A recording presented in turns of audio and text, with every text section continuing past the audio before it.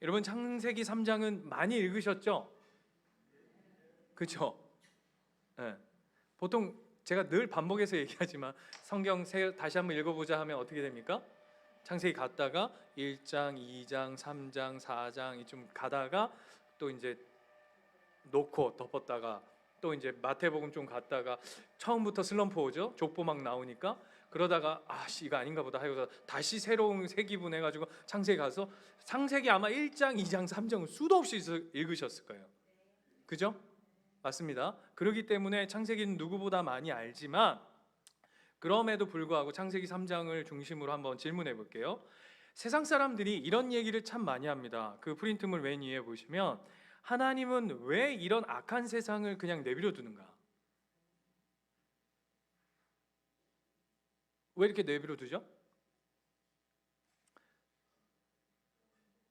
세상이 악하다 그러잖아요. 그죠? 막 요즘 매스컴이나 뉴스 같은 데 보면 와, 어떻게 이런 일들이 있을 수 있나 할 정도로 끔찍한 일들이 막 벌어지는데 이 질문을 하기 위해서이 아니라 하나님을 모르는 사람들은 이걸 이렇게 딴지 걸고 싶어서예요. 왜 이렇게 세상이 악한 일들이 많으냐? 그렇다는 건 첫 번째로 하나님이 선하시지 않은 분이거나 두 번째 하나님이 능력이 없으신 분이기 때문이지 니들이 믿는 하나님이 이렇게 얘기하고 싶은 거예요. 자, 질문이요. 이렇게 얘기하는 것에 대해서 한번 답해 보실래요? 하나님 선하시다며, 너희 하나님이 선하시다며, 사랑과 인자와 긍휼과 은혜가 풍성하신 하나님이시라며, 근데 왜 우리가 살고 있는 이 세상 이 모양 이 꼴이야? 왜 이래? 그럼 여러분, 그러게 말이다. 내가 기도를 많이 안 해서 그런가? 뭐라고 답하실 거예요? 그러면서 이제 공격해 들어오는 거죠. 어디까지 가냐 하면, 그거 봐. 그러면 니들이 믿는 하나님이 있긴 한 거야? 여기까지 가는 거예요. 별로 이런 생각들 안 하신단 말이에요. 왜? 우리는 이미 이 은혜의 구도 안에 대부분의 이 신앙적 사고의 테두리가 우리는 이 교회라고 하는 시스템 안에 있기 때문에. 그러나 우리가 이 교회 문 밖을 조금만 나서 보면 이러한 수없는 공격들이 뭐 무궁무진하게 우리한테 벌어지는 사실이고 돌려서 오는 이야기들 아닙니까? 뭐라고 답하실 수 있을까요? 야, 이 세상이 이 모양 이 꼬라진데 니들이 믿는 하나님이 진짜 실제하기는 해 라고 하는 거죠. 이런 질문은 요즘 우리가 살아가고 있는 이 시대에만 있었던 건 아닌 것 같아요. 그래서 이걸 C.S. 루이스가 어떻게 답을 냈냐 하면 이렇게 답을 냈어요. C.S. 루이스. 여러분 C.S. 루이스가 누군지 알죠? 네, 저같이 아주 훌륭한 그 문학가예요. 문학가. 목사님 아니고요. 원래는 하나님을 몰랐던 사람인데 나중에 이제 하나님을 믿게 되면서 기독교 병증하는 뭐 이런 소설, 뭐 예를 들면 그 순전한 기독교 뭐 이런 책들 유명하죠, 그죠? 굉장히 분위기 낯섭니다. 그래서 돌킨 그 반지의 제왕 이건 아시죠? 반지하의 제왕 말고 반지의 제왕 그런 영화를 쓴 그 돌킨이라고 하는 사람하고 이 C.S. 루이스하고 이렇게 스터디 모임을 하면서 이런 이야기들에 대해서 이렇게 막 변증했던 그 C.S. 루이스가 이런 얘기를 했어요. 자, 이 얘기예요. 어떤 사람들이 왜 이 세상은 이렇게 악해? 나빠? 라고 질문하는 것 속에는 이미 그 전제 안에 선이라고 하는 것을 전제해서 악하다라는 걸 질문하는 거다. 맞죠? 맞습니까?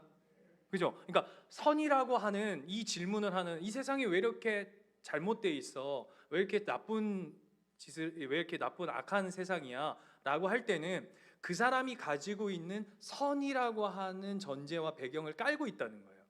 그래서 C.S. 루이스가 이렇게 질문해요. 그 선은 누구로부터 왔냐? 대답해봐라. 네가 말하는 악하다고 하는데 그러면 네가 생각하는 그 선은 도대체 그럼 어디서부터 오는 거니? 이렇게 대받아쳐요. 그래서 우리는 그 선의 전제가 하나님이라고 하는 분으로부터 왔다고 믿는 것이 기독교야. 그런데 그러면 그런 선으로부터 온 하나님의 세상이 왜 이렇게 망가지고 깨어졌을까라고 이야기할 때 오늘 이 죄라고 하는 문제를 얘기하는 거죠. 이해되세요? 조금 어려운 이야기일 수 있지만 우리가 고민해야 되는 거죠. 그러니까 이 전제, 깔고 있는 네가 선이라고 생각하는 그 전제는 도대체 무엇으로부터 왔는가라고 할 때 우리는 설명할 수 없거든요. 근데 성경은 뭐라고 얘기하죠? 그것이 하나님으로부터 왔다. 그래서 하나님의 그 선을 됐는데 그럼에도 불구하고 이 세상이 왜 이렇게 깨어졌느냐라고 할 때 죄. 그래서 성경은 하마르티아, 그 하나님이 목적하신 바, 아까 얘기한 것처럼 모든 인간은 하나님께 영광 돌리고 하나님을 즐거워하는 존재로 하나님께서 지으셨는데, 그 하나님의 즐거움에 동참하는 자로 부르셨는데, 그게 하나님의 목적이라는 거죠. 그래서 하마르티아라고 하는 그 원문의 뜻이 뭐냐 하면, 이게 관역이라고 봅시다. 이게 관역이며, 이 관역으로부터 당겨 쏘아진 화살이 빗나갔다라는 의미를 가지고 있어요. 그게 죄라고 하는 거예요. 그러니까 하나님의 목적, 하나님이 세우신 질서를 벗어난 상태, 그것을 이제 죄라고 하는 거죠. 그래서 첫 시작이 어떻게 되냐면 이렇게 질문되어 있어요. 간교함인가 달란트인가? 그래서 3장 1절 보시면 보세요. 그런데 뱀은 여호와 하나님이 지으신 들짐승 중에 가장 간교하니라. 뱀이 여자에게 물어 이르되 하나님이 참으로 너희에게 동산 모든 나무의 열매를 먹지 말라 하시더냐라고 하는 질문으로 이제 뱀이 오죠. 뱀이 오는데 원래 뱀이 아니라 누가 온 거죠? 사탄이 이제 딱 유혹해 들어오는 겁니다. 그런데 여기서 간교함이다라고 하는데 이제 죄를 설명하기 위함이에요.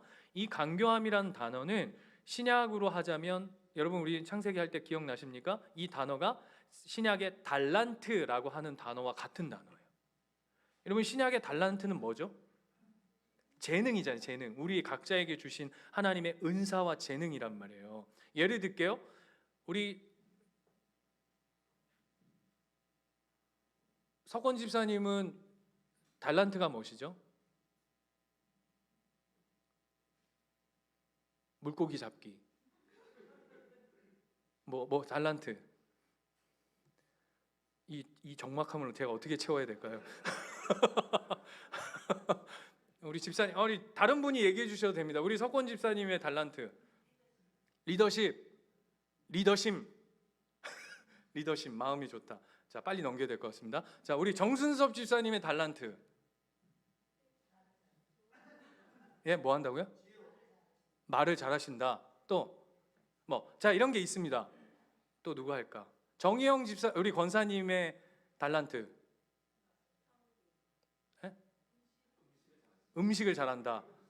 좋은 귀한 달란트죠. 자, 이런 게 달란트란 말이에요. 그런데 똑같은 단어를 오늘은 뭐라고 썼냐 하면 간교하다 이렇게 썼어요. 왜일까요? 예를 들면 이런 겁니다. 칼이 있는데 똑같은 칼이 도둑놈한테 들려지면 그것은 흉기가 되죠. 그죠? 근데 똑같은 칼이 의사 손에 들려지면 그건 생명을 살리는 수술 도구가 되어집니다. 이와 같이 똑같은 하나님께서 재능을 주셨는데, 달란트, 은사를 주셨는데, 그게 아까 다시 보세요. 하나님의 목적에 맞게 사용되어지면 그걸 달란트라 하는 거예요. 근데 그게 하나님의 목적으로부터 빗나가면 그걸 뭐라고 하냐면 오늘 성경에서 간교함이라는 거예요. 그래서 오늘 뱀이 뭐라고 그러죠? 그 짐승들 중에 가장 똑똑한 놈이에요. 이 간교함 안에는 가장 똑똑했다고요. 그런데 그게 하나님의 목적에 맞게 사용되지 않으니까 그걸 성경은 뭐라고 표현하고 있냐면 간교함이다라고 얘기한다고요. 여러분 이게 너무 안타까운 거죠. 이게 죄예요. 큰 게 아니에요. 우리가 하나님의 목적대로 살아가면 그게 재능이 되고 그게 달란트가 되는 거예요. 그러나 벗어나면 그게 오늘 뭐라고 그러냐면 그게 간교함으로 사용되어져 간다고 하는 게 이제 죄죠. 자, 한번 더 들어가 볼게요. 그렇다면 질문 밑에 우리는 로봇인가 자유인인가 이렇게 되어 있어요. 자, 밑에 보면 유혹이 들어오죠. 그죠? 이제 뱀을 통해서 사단의 유혹이 들어오잖아요. 그러면 많은 사람들이 창세기 3장을 읽고 믿음의 눈으로 시선으로 3장을 바라보지 않고 아까 얘기처럼 뭔가 딴지를 걸고 싶어서 3장을 들여다보면 이런 질문을 하는 분들이 많아요. 하나님이 왜 에덴 동산에 사탄이 침범하게끔 내버려뒀냐? 에덴 동산 어떻게 해야 된다는 거죠?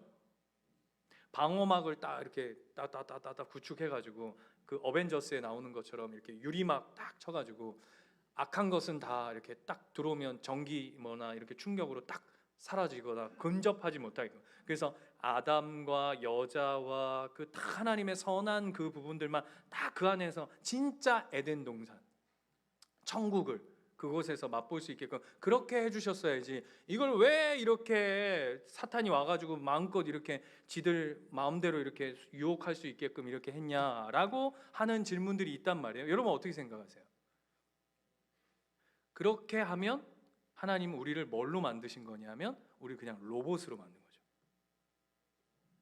여러분 우리는 하나님이 우리를 자유자로 만드셨어요. 자유자라는 게 어떤 의미냐 하면 유혹을 받을 수도 있고 또한 유혹을 거부할 수도 있어요. 아까 얘기했죠. 내 삶을 하나님의 목적으로도 쓸 수 있고 반대로 하나님의 목적이 아닌 것도 선택할 수 있는 자유자로 하나님이 두신 거예요. 하나님이 우리에게 요구하시는 그 믿음과 신뢰는 로봇가 하는 버튼 딱 누르면 삐리삐리 주인님 부르셨습니까? 라고 하는 반응이 아니라 하나님이 우리에게 원하시는 참 믿음과 신뢰의 모습의 신앙생활의 핵심은 뭐냐면 모든 우리가 사무에서도 하고 있지만 하나님이 우리에게 원하시는 건 뭐냐면 중심이다 얘기한다고. 중심.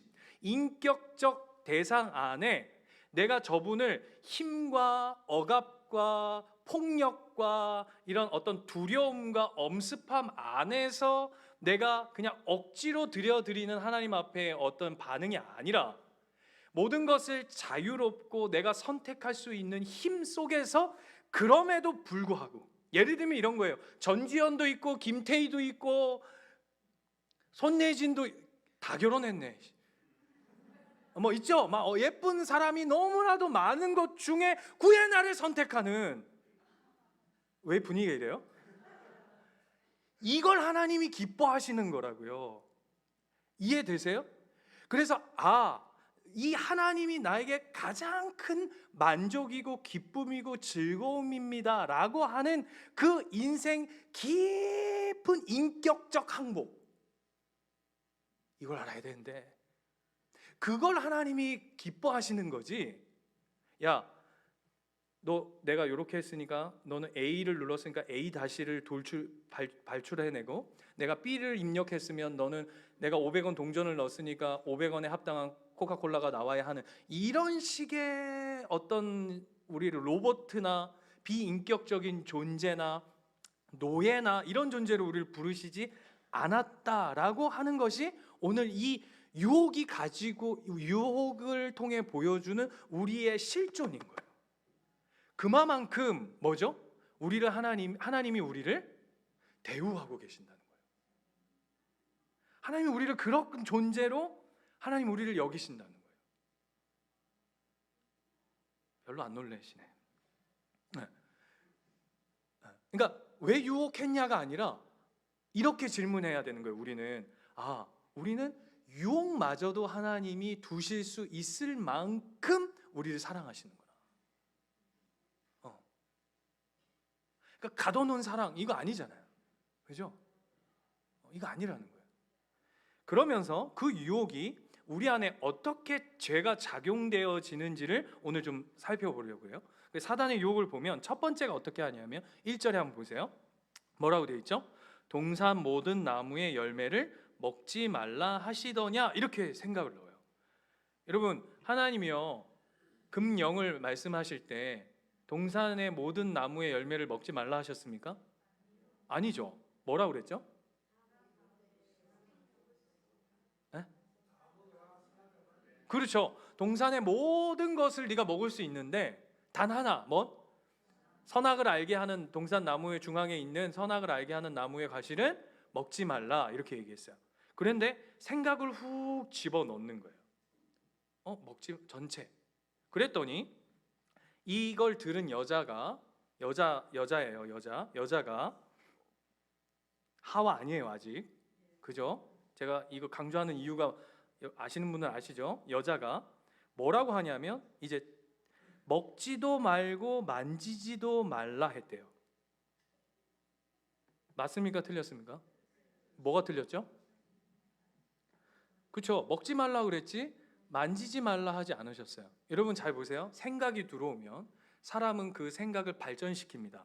어떻게 하는지 아세요? 덧붙여요. 예를 들면 이런 거죠. 이루가 요즘에 아주 재밌어요. 요즘에 둘이 학교를 같이 가니까 아주 신비한 아주 시너지가 나는데 이런 거죠. 이루가 너 학교 갔다 온 소윤이한테 너 아빠가 들어와서 손 안 씻으면 아빠가 너 두드러 패고 저기 옥상에다 널어놓은댔어. 이렇게 뭐 하는 거죠? 과장하는 거죠. 과장. 생각이 들어오면 그게 이제 첨가예요. 그리고 두 번째 뭐냐 하면 죽을까 하노라예요. 이건 뭐예요? 약화시켜요. 이게 죄의 습성이에요. 하나님의 말씀이 우리 안에 딱 들어왔을 때 그것을 기준을 삼고자 하는 그 생각 안에 딱 들어왔을 때 사단은 두 가지로 공략을 해서 마음을 흔들어뜨리는데 첫 번째는 뭐냐면 덧붙이고 두 번째는 약화시켜요.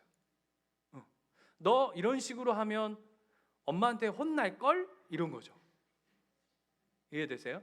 이게 생각 안에 들어와서 이제 죄가 이 유혹이 작용하기 시작하는 거예요. 그랬더니 그렇게 된 이후에 어떻게 되냐면 이제 지배하게 돼요. 그 지배가 뭐냐면 결코 죽지 아니하리라 이렇게 가는 거예요. 하나님 뭐라 그러셨죠? 정령 죽으리라 했는데 안 죽어라고 얘기하는 거예요. 괜찮아 그렇게 한다고 그러지 않아. 그러면서 뭐라고 하냐면 네가 하나님같이 될까 봐 이렇게 가는 거죠. 4절로 보자. 그랬더니 그 생각이 들어와서 생각이 발전되어져서 어떻게 되냐면 그 마음을 지배하고 그게 어떻게 되냐면 마인드가 돼요. 그래서 어떻게 보여요?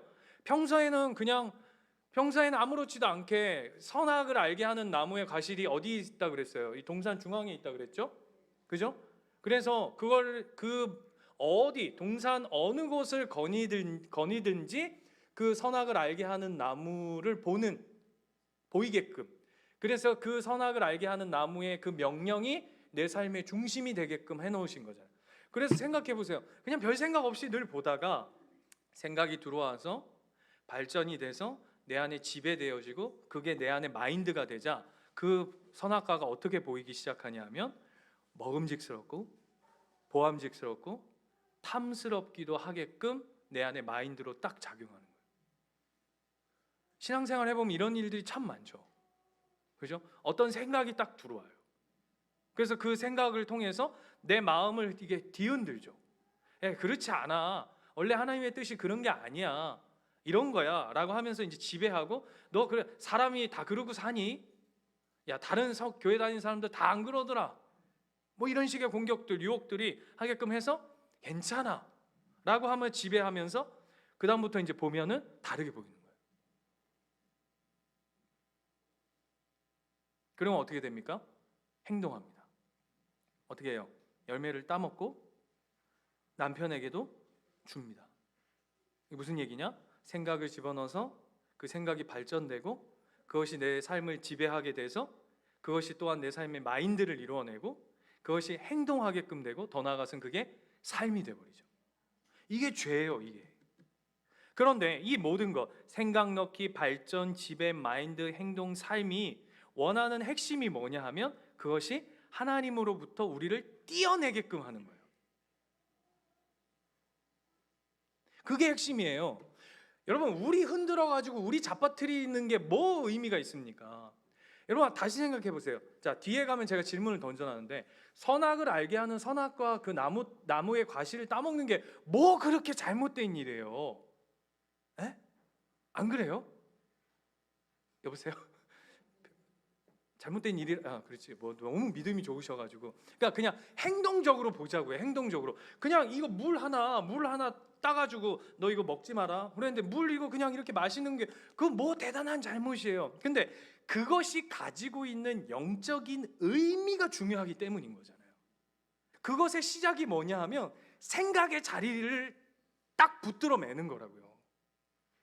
그래서 결론은 이거예요. 내 생각의 자리를 말씀의 자리로 붙들어 맬 것이냐.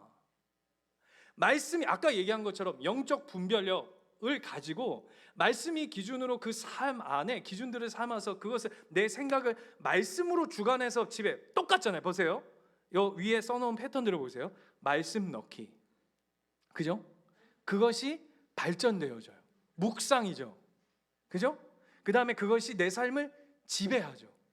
그러면 그 말씀이 내 삶의 마인드를 이뤄내죠, 그렇죠? 그러면 그 말씀의 마인드가 생겨지면 그게 어떻게 되냐면 그것이 행동이 되고 삶이 되어지는 거죠. 똑같은 패턴이에요. 근데 결국은 뭐냐 하면 내가 유혹을 받아서 사탄의 소리와 내 마음의 소리와 세상의 것들로 내 삶의 기준으로 세워져 갈 것이냐, 그 생각의 자질이 결국은 그 싸움이죠. 내 생각으로 살 것이냐 아니면 하나님 생각으로 살 것이냐, 이거예요, 이거 죄가. 그래서 빌립보서 4장 6절에도 보세요. 아무것도 염려하지 말고 다만 모든 일에 기도와 간구로 너희 구할 것을 감사함으로 하나님께 아뢰라. 그리하면 지각에 뛰어난 하나님의 평강이 그리스도 예수 안에서 네 상황과 환경을 열어줄 것이라고 얘기하지 않아요, 그죠? 뭐라 그러죠? 너의 마음과 생각을 지키시리라 그래요. 마음과 생각이래요. 왜? 거기가 전쟁터니까. 여러분 한번 생각해 보세요. 내가 무슨 사건이 벌어졌어요. 내가 하나님 앞에 기도했어요. 하나님 이렇게 얘기하셔요. 염려하지 마. 그러면 이렇게 생각할 수 있죠. 내가 예를 들어서 부도를 맞았어. 내가 오늘 이번 주에 당장 메꿔야 할 한 돈이 2억이야. 근데 하나님 앞에 기도했더니 신우가 그 2억 때문에 걱정하지 마라. 그러면 제 생각에 어떤 마음이 들겠어요? 아싸, 하나님이 2억 준댄다. 누굴 통해서 줄래나? 저기 김민숙 권사님 1억, 정의영 권사님 이번에 권사 임직 받았으니까 1억씩 2억 됐네. 하나님이 그렇게 얘기하실 것 같은데 오늘 뭐라 그러시냐면 그렇게 상황과 환경을 열어주시지 않고 뭐라 그러냐면 너의 마음과 생각을 지키신대요. 왜요? 상황과 환경만 건드리시면 나는 사건이 날 때마다 불안해요, 그죠? 나는 일이 벌어질 때마다 주저앉아요. 그런데 내 마음과 생각이 하나님 앞에 딱 붙들어 매지면 상황과 환경이 흔들려도 그래, 내가 내 인생 올 때도 내가 아무것도 안 가지고 왔는데 하나님이 올 때도, 그리고 하나님의 영광을 위해서 나를 지으셨다 했는데 내가 2억 없다고 내 인생이 망가지겠니? 끝나겠니? 그렇지 않을 거야 라고 하는 하나님의 말씀에 내 삶이 주관함에 그 생각과 마음을 붙들어 매면 흔들리지 않는 거죠. 그 다음 보세요. 잠언 4장 23절 같이 읽을까요? 이게 설교인지 강의인지 모르겠는데 시작. 모든 지킬 만한 것 중에 더욱 내 마음을 지키라. 생명의 근원이 이에서 남이니라. 아멘, 아멘, 아멘. 이 마음 지키게 하는 거예요. 생각 지키기, 마음 지키기. 죄의 유혹을 이겨내는 유일한 방법들인 거예요. 그래서 그 다음 질문이 뭐냐면 선악과를 범하는 것이 가지는 영적 의미예요. 예를 들면 이런 거예요. 선악과에 대해서 불평들이 원체 많아요. 왜 쓸데없이 선악과를 만들어서. 예를 들게요. 어떤 사람이요, 지금 현재 살고 계신 집이 100평 넘으시는 분, 놀라운 교회 아니에요? 우리 교회 아무도 없잖아. 100평. 축원합니다. 여러분 저 하늘 새 하늘과 새 땅에 그 하나님 나라가 임하면 100평 따위는 비교할 수 없는 그 나라가 여러분의 것인 줄 믿습니다. 그런데 한 번은 여러분에게 누가 찾아와서 이렇게 얘기하는 거예요. 야, 내가 100평 집이 있는데 이걸 좀 누구 좀 줄라 그런다. 그러면 손 드실 분. 새 집이다, 아파트다, 100평이다, 관리비 이런 거 다 내준다. 다 내준다. 자, 얼마나 이렇게 이제는 예화도 디테일하게 써야 되네. 관리비 뭐 이런 거 다 내준다. 뭐 드는 거 하나 없다. 단 그 집을 네 마음껏 써도 되는데 대신 집 중앙에 전등이 하나 있는데 저 전등만큼은 절대 끄지 마라. 평생 24시간 내내 켜놔라. 거실에 전등 하나 있는데 안 가질 분. 에이씨, 야, 전등 그 24시간 그 비싼 그 힘들어 죽게 그거 어떻게, 야, 어서 자냐 그렇게 하실 분. 전등 계속 켜놓는 대신 그 집 가지라 하면 안 가지실 분 있어요? 아무도 없죠. 할렐루야 땡큐 하지 않겠어요? 야, 100평인데 그냥 거실에 그냥 냅둬 켜놓고 방에서 살면 되잖아. 안방에서. 방이 5개 6개 안 되겠어요? 청소하기 힘들다고? 청소부도 붙여줘. 밧줄부가 와? 안 가겠냐고요. 가죠. 에덴 동산이잖아. 그게 에덴 동산. 아담에게 허락하신 하나님의 최고의 은혜 아니에요? 너 다 해. 너 다 해. 필요한 거 너 먹을 것도 내가 다 제공해. 네 마음대로 해. 네 마음대로 해. 저기 불 끄지 마. 아무도 없겠죠 여기서. 그거에 대해서 이야 누가 저걸 불 끄라고 불 안 켜고 저 전기세도 모르는 인간 이럴 사람 아무도 없을걸요. 그게 죄라고요. 근데 그렇게 불평하는 게 그게 우리 모양의 꼬라지예요. 그게 죄. 하나님의 영광과 즐거움으로부터 벗어난 자. 그래서 선악을 알게 하는 과실을 범했다는 건 다른 게 아니라 하나님을 밀어내는 거예요.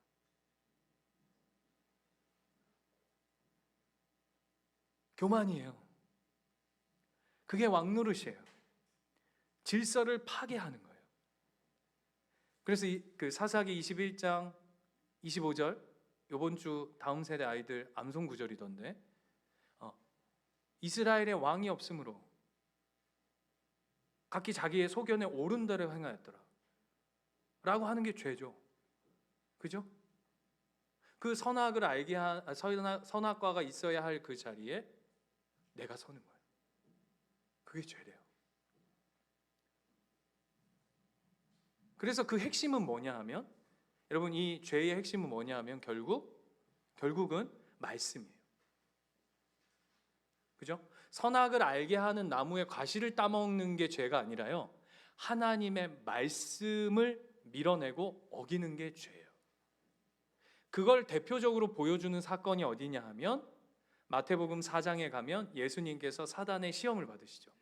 재밌는 건 패턴이 있어요. 예수님께서 제2의 아담으로 첫 번째 아담이 실패함으로 로마서에 가면 첫 번째 아담이 실패함으로 모든 자들이 불순종의 영으로 임했고 두 번째 아담인 예수 그리스도 한 사람의 순종함으로 말미암아 모든 사람들이 하나님 앞에서 의에 이르게 되었다라고 하는 그 말씀의 두 번째 아담으로서의 예수님이죠. 마태복음 4장에 가면 재밌어요. 뭐라고 하죠? 네가 하나님의 아들이거든 이 돌을 명하여 떡을 만들으라 그래요. 뭐죠? 무슨 얘기죠? 네가 진짜 하나님의 아들이거든 능력을 보이래요. 근데 예수님 그걸 어떻게 받으셨죠? 그렇죠. 수준 있어 우리 교회 성도들이. 그 얘기가 아니라 보세요. 능력을 보여라고 얘기했어요. 사단이. 그죠? 예수님이 이렇게 받으셨어요. 나의 능력은 돌을 떡으로 만드는 게 내 능력이 아니라 하나님의 말씀을 지키는 게 내가 하나님의 아들로서의 능력이야. 그게 그 사단의 3가지 시험을 이기신 핵심이에요. 다른 걸로 이기신 게 아니에요. 야, 네가 진짜 하나님의 아들이라면 너 이렇게 해봐 라고 했을 때 그게 능력이라고 사단이 얘기하는데 거부한 거죠. 나는 하나님의 명령을 순종하는 것이 내게 능력이야. 그래서 여기 보시면 믿음과 순종은 한 가지 영적 원리예요. 이해되세요? 믿음의 반대편은 뭐냐면 순종이에요. 순종의 반대편은 믿음이에요. 그걸 보여주시는 그게 선악과예요, 여러분. 내가 저분을 믿고 신뢰해. 그렇다면 뭘 지키는 거죠? 그분의 말씀을 지키고 따르는 거죠. 그걸 보여주는 거예요. 그래서 보시면 밑에 보면 디트리 보네퍼라고 하는 유명한 그 독일의 목사님이 계시죠. 한번 읽어볼까? 이런 얘기를 했대요. 하나님께서 에덴 동산 중앙에 선악을 알게 하는 나무를 두신 이유는 창조물로서의 아담 자신이 가져야 할 제안을 자기 마음의 주변부가 아닌 중심부에 가져야 하기 때문이다. 아멘이십니까? 예. 이게 선악과예요. 이게 죄예요. 다음번에는 이 죄가 우리 안에 어떻게 작용하는지를 살펴보려고요. 그래서 다 깨져요. 다 깨져. 다 깨져요. 그죠? 하나님하고의 관계가 일단 깨지고, 사람과 사람과의 관계가 깨지고, 사람과 피조물의 관계가 다 깨져요.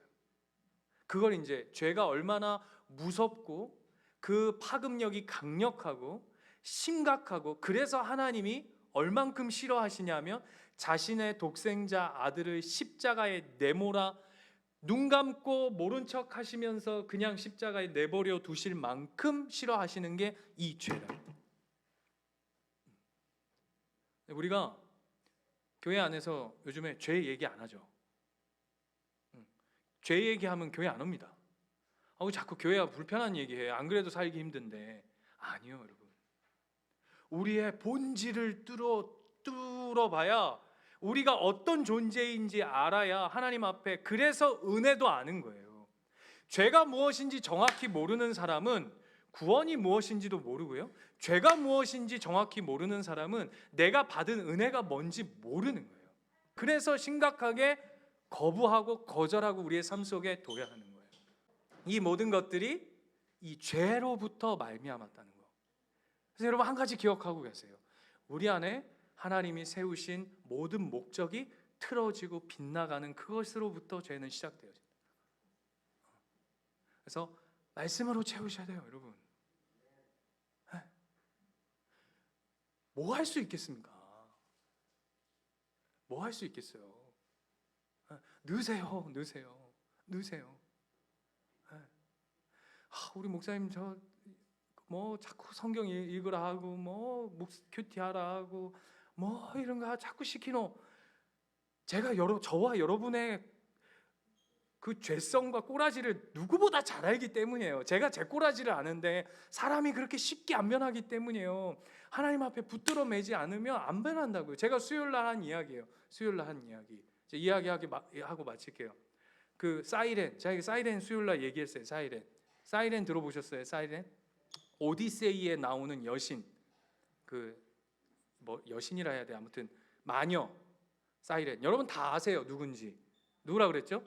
스타벅스 그 로고에 박혀 있는 그 여인.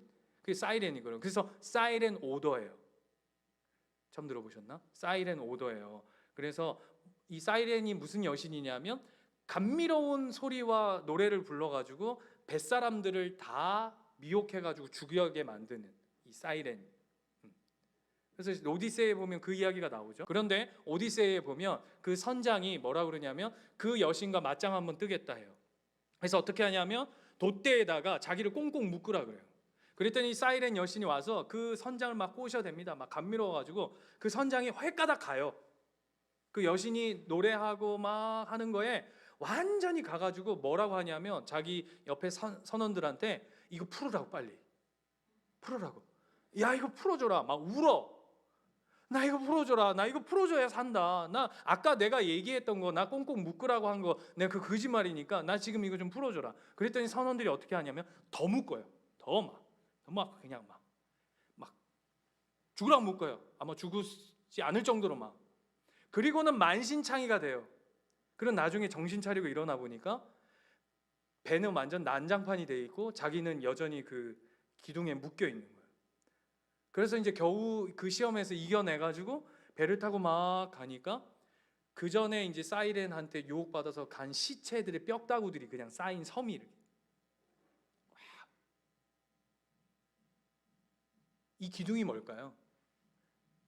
우리에게는 예수죠. 말씀이고 거기다 붙들어 매야 사는 거예요. 안 그러면 다 넘어간다니까요. 뭘로 지킬 수 있어요, 여러분? 여러분 죄를 그렇게 만만하게 볼 게 아니에요, 여러분. 순간순간 올라요. 순간순간. 말씀으로 붙들어 매야 돼. 오후 특강을 사실 매일 해야 돼. 매일 해야 돼. 막 말씀으로 죄송한데 막 조져야 돼요. 지금 정윤이가 고개를 살랑살랑 흔드는데 너 그래가지고 살 수 있을 것 같지? 가봐라, 세상이 이렇게 만만한가? 안 돼. 그래서 사는 게 그렇게 쉬운 게 아니에요. 막 넘어가. 죄입니다. 그래서 여러분 오늘 좀 길었는데요. 가셔서 FC별로 가셔서 이 두 가지 좀 나눠주세요. 하나님이 나에게 주신 재능을 나는 지금 어떻게 누구를 위해 사용하고 있는지. 두 번째, 영적 전쟁터인 생각의 자리를 지키기 위해서 내가 오늘 지금 이 순간 순종해야 할 것이 무엇일까? 내가 붙들어 매야 할 것이 무엇일까를 고민하고 좀 나눠주세요.